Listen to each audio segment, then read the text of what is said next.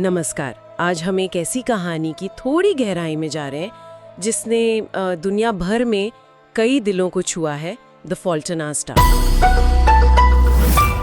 हाँ बिल्कुल। हमारे पास इस कहानी पर एक बहुत ही भावनात्मक समीक्षा है और हम उसी के जरिए इसे समझने की कोशिश करेंगे।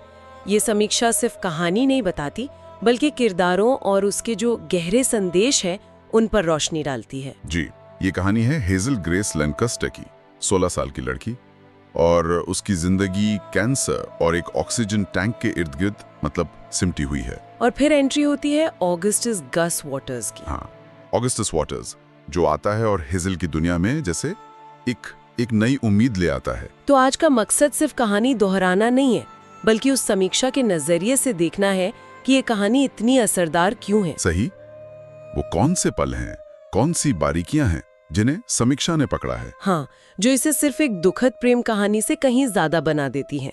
तो चलिए उस समीक्षा के साथ इस कहानी के दिल तक चलते हैं। जरूर। तो कहानी के नायिका हेजल, उम्र 16 साल, लेकिन जिंदगी एक ऑक्सीजन टैंक पर टिकी हुई है। कैंसर ने उसकी दुनिया को काफी हद तक सीमित कर दिया है। समीक्षा इसी बात से शुरू करती है, हेजल की उस शुरुआती निराशा से। हाँ, और वो सिर्फ बीमारी की वजह से नहीं है। समीक्षा ये भी कहती है कि उसे लगता है जैसे वो दूसरों पर बोझ है या उसकी जिंदगी अधूरी रह जाएगी। सही, और इसीलिए उसकी माँ चाहती है कि वो थोड़ी सोशल हो, बाहर निकले। जी, और उसे भेजती हैं एक सपोर्ट ग्रुप में, जहाँ हेजल जाना नहीं चाहती। बिल्कुल नहीं। लेकिन यहीं इसी सपोर्ट ग्रुप में कहानी का वो अहम मोड़ आता है। ऑगस्टस। हाँ, ऑगस्टस वाटर्स, लंबा, आकर्षक, मजाकिया लड़का जिसका एक पैर वो भी कैंसर की वजह से जा चुका है। समीक्षा ऑगस्टस के किरदार को सिर्फ आकर्षक या मजाकिया कहकर नहीं छोड़ती। वो कहती है कि उसका ये अंदाज, ये आत्मविश्वास शायद उसके अपने डर और नुकसान से लड़ने का एक तरीका है। अच्छा, मतलब एक तरह की कोपिंग मैकेनिज्म। हाँ, कह सकते हैं। वो हेजल के सामने जिंदगी का एक बिल्कुल अलग नजरिया रखता है। क्या नजरिया? कि भाई सीमाओं के साथ भी जिया जा सकता है। जिंदगी सिर्फ बची हुई सांसों का हिसाब रखना नहीं है। समीक्षा कहती है कि ऑगस्टस हेजल के लिए सिर्फ एक दोस्त या प्रेमी नहीं बनता, वो एक कैटलिस्ट, एक उत्प्रेरक बनता है जो उसे उसकी उस शेल से, उस खोल से बाहर निकलने को उकसाता है। ये दिलचस्प है कि समीक्षा ऑगस्टस की भी परतें खोल रही है, सिर्फ हेजल की नहीं। और हेजल पर ऑगस्टस का असर वो कैसे देखती है समीक्षा? समीक्षा बताती है कि ऑगस्टस का आना हेजल की जिंदगी में सिर्फ रोमांस नहीं लाता। हाँ, वो एक पूरा पर्सपेक्टिव शिफ्ट लाता है, एक नजरिए का बदलाव। वो उसे सिखाता है कि अपनी कहानी का अंत क्या होगा इसकी चिंता करने के बजाय कहानी के पन्नों को जियो, हर पल को जीना। हाँ, ऑगस्टस उसे दिखाता है कि बीमारी उसकी पहचान का सिर्फ एक हिस्सा है, पूरी पहचान नहीं। वो उसे फिर से बाहरी दुनिया से जोड़ता है, और ये जुड़ाव सिर्फ बाहर घूमने फिरने तक नहीं रहता। नहीं, बिल्कुल नहीं। समीक्षा इस बात को खास तौर पर रेखांकित करती है कि उनका रिश्ता सिर्फ टीनेज अट्रैक्शन नहीं है, वो बौद्धिक और भावनात्मक स्तर पर भी जुड़ते हैं। किताबों के जरिए। हाँ, वो किताबें शेयर करते हैं, गहरे विचारों पर बात करते हैं, और खासकर उनकी वो पसंदीदा किताब एन इम्पीरियल अफ्लिक्शन। हाँ, और उसका वो रहस्यमयी लेखक पीटर वैन हाउटन। बिल्कुल, उस किताब और लेखक के प्रति उनका जो साझा जुनून है वो उनके रिश्ते को एक अलग ही गहराई देता है। समीक्षा कहती है कि ये सिर्फ प्यार नहीं, ये एक साझा बौद्धिक सफर भी है। और इसी जुनून से उनका वो बड़ा सपना जुड़ता है एम्स्टर्डम जाने का। जी, पीटर वैन हाउटन से मिलना, उस किताब का अधूरा अंत जानना। समीक्षा इस एम्स्टर्डम यात्रा को कहानी का एक बहुत ही अहम मोड़ बताती है।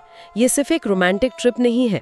नहीं, ये उनके लिए एक तरह से जिंदगी की जो सीमाएं हैं उनको चुनौती देने जैसा है। उन्हें लगता है कि शायद वो अपनी कहानी खुद लिख सकते हैं, एक सुखद अंत पा सकते हैं। हाँ, एक उम्मीद जगती है वहाँ। समीक्षा इस यात्रा के इमोशनल पहलू पर ज्यादा जोर देती है। एम्स्टर्डम में जो पल उन्होंने बिताए, अच्छे और बुरे दोनों, वो उनके रिश्ते की परीक्षा भी हैं और एक तरह से उसका जश्न भी। और वहाँ उन्हें वैन हाउटन की असलियत भी पता चलती है। हाँ, वो कड़वी सच्चाई जो उनकी उम्मीदों पर पानी फेर देती है।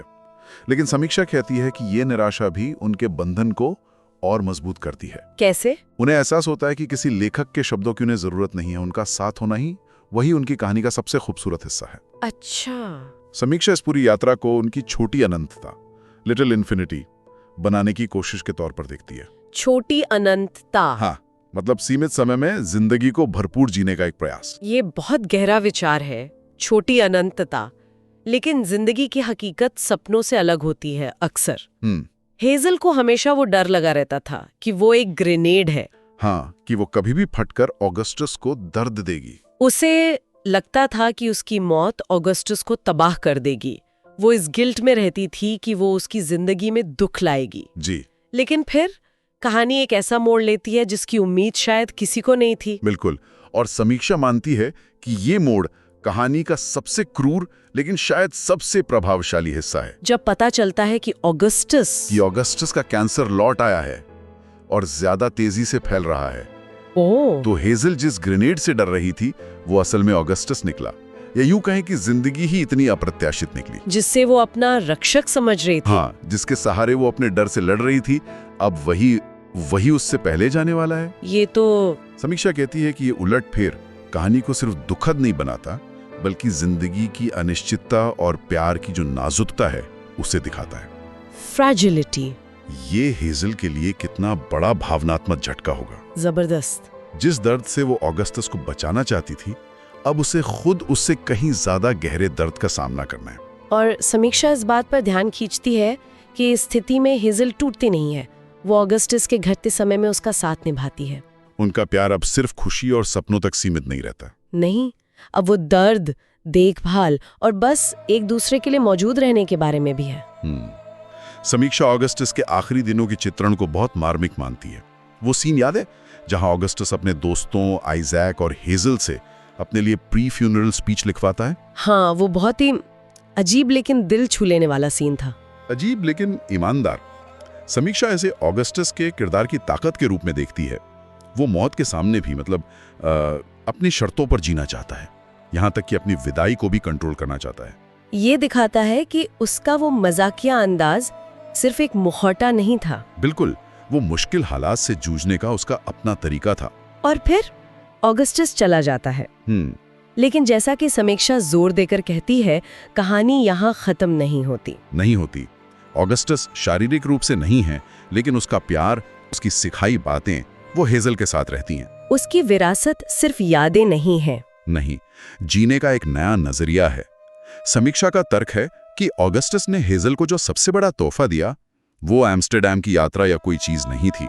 तो फिर क्या था? वो विश्वास था कि वो प्यार करने और प्यार पाने के लायक है, अपनी बीमारी के बावजूद। ये बहुत खूबसूरत बात है। यहीं पर समीक्षा कहानी के मुख्य संदेशों को सामने लाती है। पहला और शायद सबसे ज्यादा दोहराया जाने वाला, जिंदगी की लंबाई नहीं बल्कि गहराई मायने रखती है। हाँ, और समीक्षा इसे सिर्फ एक कहावत की तरह नहीं देखती, वो हेजल और ऑगस्टस के रिश्ते के जरिए इसे सच होते हुए दिखाती है। उन्होंने कम समय में जितना जिया, जितना प्यार किया, वो शायद कई लंबी जिंदगियों से ज्यादा गहरा और अर्थपूर्ण था।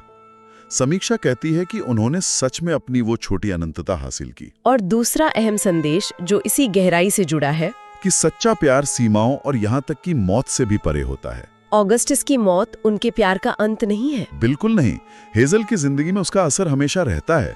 समीक्षा इस बात पर भी गौर करती है कि कैसे ऑगस्टस का लिखा हुआ वो पत्र, हाँ, जो हेजल को बाद में मिलता है, वो उनके प्यार की अमरता का प्रतीक बन जाता है।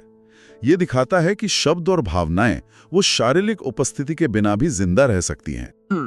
समीक्षा ये भी मानती है कि कहानी की खूबसूरती उसके दुख में ही छिपी है। हाँ बिल्कुल, ये हमें दर्द से भागना नहीं सिखाती, बल्कि ये दिखाती है कि प्यार और खुशी अक्सर दर्द और नुकसान के साथ ही आते हैं। एक मीठी सी उदासी है इसमें, बिटर स्वीट। सही। समीक्षा कहती है कि इसकी ताकत इस बात में है कि ये टीनेज प्यार को हल्के में नहीं लेती, उसे जीवन और मृत्यु के बड़े सवालों के साथ जोड़कर देखती है। भावनाओं का एक बहुत ही ईमानदार चित्रण है, बिना किसी लाग लपेट के। तो अगर हम इस पूरी भावनात्मक समीक्षा का सार निकालें, तो the fault in our stars सिर्फ एक और टीनेज रोमांस या कैंसर ट्रेजेडी नहीं है। नहीं, उससे कहीं ज्यादा है। ये कहानी, जैसा कि समीक्षा हमें दिखाती है, जिंदगी की जो अप्रत्याशितता है, प्यार की ताकत है और सीमित समय में अर्थ ढूंढने की जो हमारी इच्छा होती है, उसका एक गहरा प्रतिबिंब है। बिल्कुल, ये हेजल और ऑगस्टस की कहानी है, जिन्होंने सितारों की खता के बावजूद अपने उस छोटे से ब्रह्मांड में प्यार और मायने खोज लिए।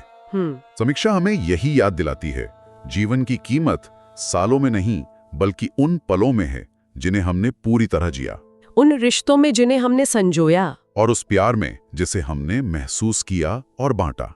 हेजल और ऑगस्टस ने दिखाया कि कैसे मुश्किल हालात में भी उम्मीद, हंसी और गहरे कनेक्शन मुमकिन है। उनकी कहानी इस बात का सबूत है कि एक हमेशा या अनंतता वो समय की लंबाई पर निर्भर नहीं करती। नहीं, अनुभव की गहराई पर, उसकी तीव्रता पर निर्भर करती है। और यही हम अपने श्रोताओं के लिए एक सवाल छोड़ जाते हैं जो इस समीक्षा और इस कहानी से उभरता है।